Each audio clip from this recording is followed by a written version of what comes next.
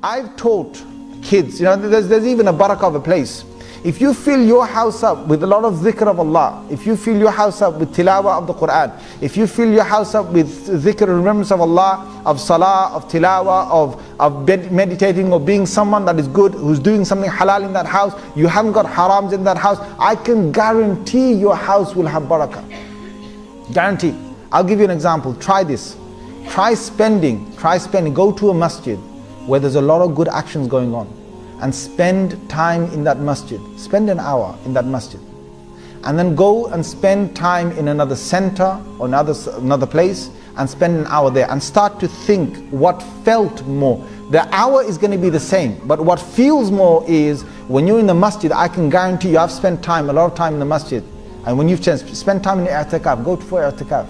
Go and spend some time inside the masjid for about 10 nights. Go and stay inside the masjid and see how it feels that when time passes by, what the barakah is about. I've taught kids inside a masjid, and I've taught kids inside a school. And I can tell you straight away that there is a barakah inside, in the same hours, the same mornings, Saturday, Sunday mornings, inside the masjid there is a barakah. Inside the school there is less of a barakah, less of a blessing. Why? Because the increasing of your actions in a place will bring a lot more barakah and blessings to that place, and you will find that your time is being used a lot better. If you are sitting inside your house and you're watching movies that you're not supposed to watch, if you're roaming around the internet on places you're not supposed to roam around, if you're looking at things on your phone you're not supposed to look at, if you're while in your house you're sinning and other family members are sinning or some are sinning, that sin will bring an effect of the barakah being lost of time in that house. And you will feel that when you come house, not only about the time, you'll feel a lot of things. You won't feel the nur, the barakah, you won't feel that you're all getting on. You'll feel they're a bit distant from one another, because it's the effect of sin inside the place, inside the house.